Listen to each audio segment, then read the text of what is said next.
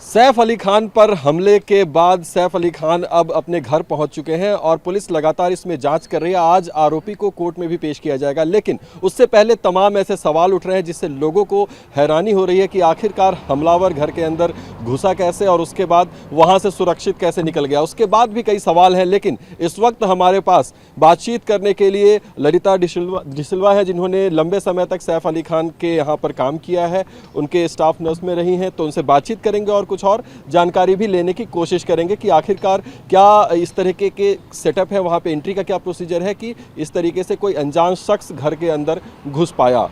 सबसे पहले ma'am thank you, आप हमसे बातचीत कर रही हैं। सबसे पहला सवाल तो यही लोगों के मन में आता है कि इतने सेफ और सिक्योर्ड अपार्टमेंट में, हाईटेक जिसमें सारा एंट्री और एग्जिट का सिस्टम हो, उसमें एक अनजान शख्स कैसे घुस गया और घर तक पहुंच गया? हाय, नमस्कार।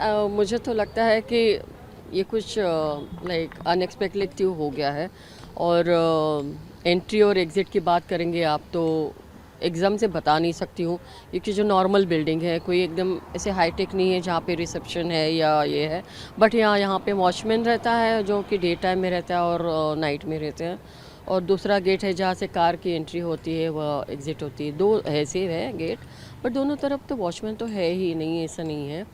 डे में भी है, नाइट में भी है। और ये जो वॉचमैन जो है एज अ, वो लोग जो भी पार्सल आए या जो भी आउटसाइडर आए उनसे चेक करते हैं और फिर उनकी एंट्री होती है। अब ये जो शख्स बताया जा रहा है कि उसकी एंट्री कहाँ से हुई, कैसे हुई, वो कैसे वहाँ तक पहुँचा, जे के रूम में कैसे पहुँचा और कैसे उन्होंने वो अटैक किया, प्लान किया, क्या किया, मैं कुछ नहीं बता सकती इस बारे में। आमतौर पर कितने स्टाफ जो है वो ग्राउंड पे होते हैं, ग्राउंड फ्लोर पे होते हैं, जो एंट्री और एग्जिट को चेक करते हैं? एंट्री और एग्ज़िट को चेक करने के लिए वो एक ही वॉचमैन रहता है। सो सपोज़ वो रिलीवर में चले जाता तो दूसरे गेट का वॉचमैन आ जाता है। बस वही एक एक ही है, ऐसे कोई ज़्यादा है नहीं सिक्योरिटी अच्छा, गार्ड। 11वें और 12वें फ्लोर पे, यानी कि जहाँ पर सैफ का अपार्टमेंट है, वहाँ पर एंट्री के लिए क्या सिस्टम है? क्या वहाँ पर भी कोई गार्ड या सिक्योरिटी का स्टाफ डोर होता के पास ऐसे कोई गार्ड नहीं है, ना ही कोई ऐसे सिक्योरिटी कैमरा प्लेस की हुई है। बस वहाँ पे सीधा वो हाउस स्टाफ रहते हैं, वो लोग डोर ओपन करते हैं, पूछते हैं। फिर ऐसे लगा पहले से उनको ऐसे मतलब बताया जाता कि कोई उनको मिलने वाला है, आने वाले हैं उनको मिलने के लिए, तभी उनके लिए अंदर एंट्री होती है। नहीं तो कोई बाहर का होता है जिनको कुछ सामान लेना होता है या जिनको कुछ आई मीन कुछ बुके वगैरह कुछ ऐसे हो जाता है देने के लिए, तो वो हाउस स्टाफ ले लेते हैं। ट्रेन से? उस पे लॉक किस तरीके का है? नॉर्मल हैंडल लॉक है या फिर कोई डिजिटल लॉक है जो फेस से स्कैन करता हो, या कार्ड या पासवर्ड से एंट्री, या फिर जो स्टाफ हो वही उसको ओपन कर सकता है, ऐसा कोई सिस्टम है? या फिर नॉर्मल जो एंट्री होती है, एक हैंडल बार होता है और उसको खोलकर आप अंदर घुस सकते हैं, नॉर्मल लॉक है? ऐसे है, लेकिन पता नहीं वो यूज़ है या नहीं है, मैं समझ नहीं पा रही हूँ। क्योंकि मैं जब तक थी तो वहाँ पे तो ये हम लोगों के एक्चुअली ये सब चेक करने का हमारा काम तो नहीं था। हमारा काम हमारे बच्चों के साथ था, जो बच्चे अंदर आए बाहर जाए तो हम वही उसी में ध्यान देते थे। तो इवन मुझे भी शौक लगा था कि इसकी एंट्री हुई कैसी है। मतलब जब मॉर्निंग में मैंने भी न्यूज़ पढ़ देखी तो मुझे भी शौक लगा था। बट एंट्री होने का कारण मैं भी समझ नहीं पा रही हूँ कैसे हुई है। आपको ऐसा लगता है कि कोई ना कोई इनसाइडर उसको कहीं ना कहीं हेल्प कर रहा हो, मे बी, क्योंकि इतना बिल्डिंग का प्लान उसको पूरा पता था कि किस तरफ से डक्ट होगा, कहाँ से फायर एग्जिट और एंट्री होगा? ये डाउट लगता है। ये पूरा डाउट है, मुझे भी डाउट है, लेकिन मैं नहीं कह सकती कि कोई इनसाइडर हो सकता है इस बारे में। क्योंकि सारे के सारे लॉयल्स हैं, ऐसे नहीं है कि कोई ऐसे कोई बदमाशी करेगा वगैरह, कोई नहीं है। सब आपने उनके कितने समय तक वहाँ पर काम किया है मेरे को फैमिली के 8 साथ? साल हो गए वहाँ पे। 8 साल हो 8 गए। साल हो गए और ऐसे कुछ नहीं है जैसे कि स्टाफ ऐसे कोई बिहेव करेगा वगैरह।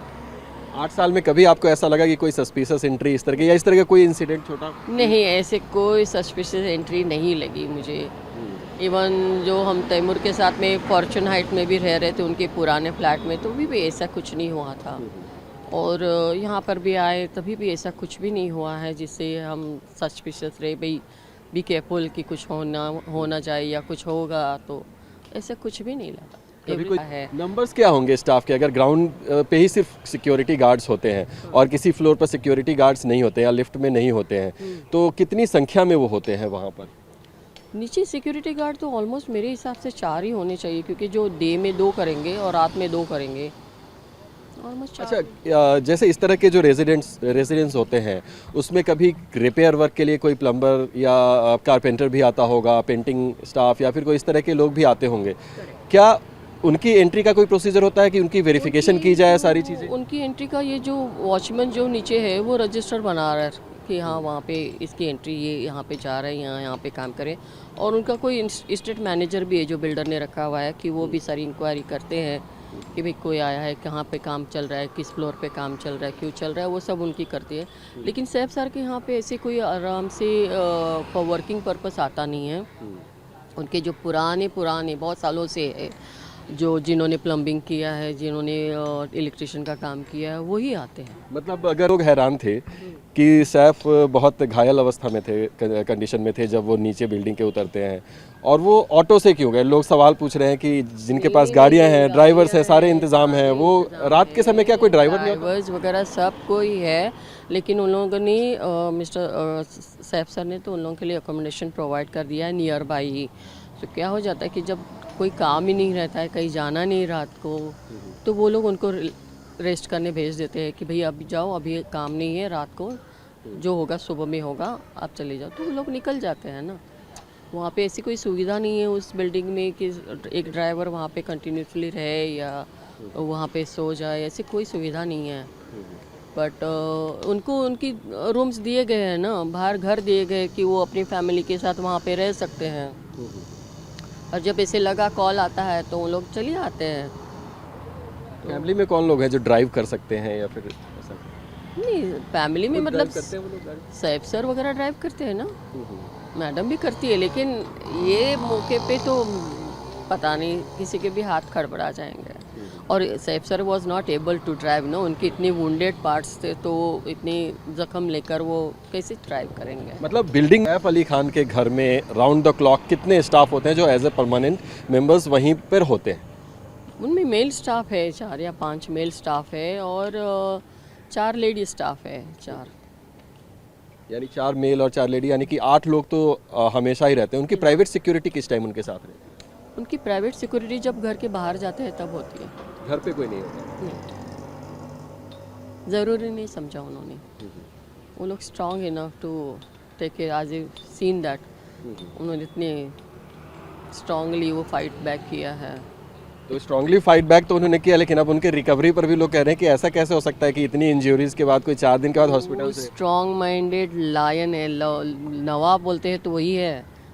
पूरे रॉयल ने उनने वो पता नहीं बाय ब्लड वो बोलिए, जेनेटिक बोलिए, क्या बोल सकते हैं आप, इतने स्ट्रॉन्ग पर्सन है वो, तो उनके लिए वो सब कुछ रिकवर होना इज़ लाइक अमेजिंगली मिरेकलेस होता है ना। वैसे आम आदमी इतनी जल्दी रिकवर नहीं होता, बट ये नवाब है, स्ट्रॉन्ग माइंडेड है और रिकवर जल्दी हो गए। थैंक यू मैम, हमसे बातचीत करने के लिए, तमाम चीज़ें बताने के लिए। तो ललिता डिसिल्वा जो कि लंबे समय तक सैफ अली खान के यहाँ वो काम करती रही हैं, उनका यही कहना है कि जहाँ तक सिक्योरिटी अरेंजमेंट की बात है तो ग्राउंड फ्लोर के अलावा और कहीं पर ज़्यादा सिक्योरिटी कैमराज या स्टाफ अरेंजमेंट एज सच नहीं होता है। ग्राउंड फ्लोर पे जहाँ से एंट्री और एग्जिट होती है लोगों की, वहाँ पर बेशक राउंड द क्लॉक जो सिक्योरिटी स्टाफ होते हैं वो 4 की संख्या में, 4 से 5 की संख्या में वहाँ पर तैनात होते हैं।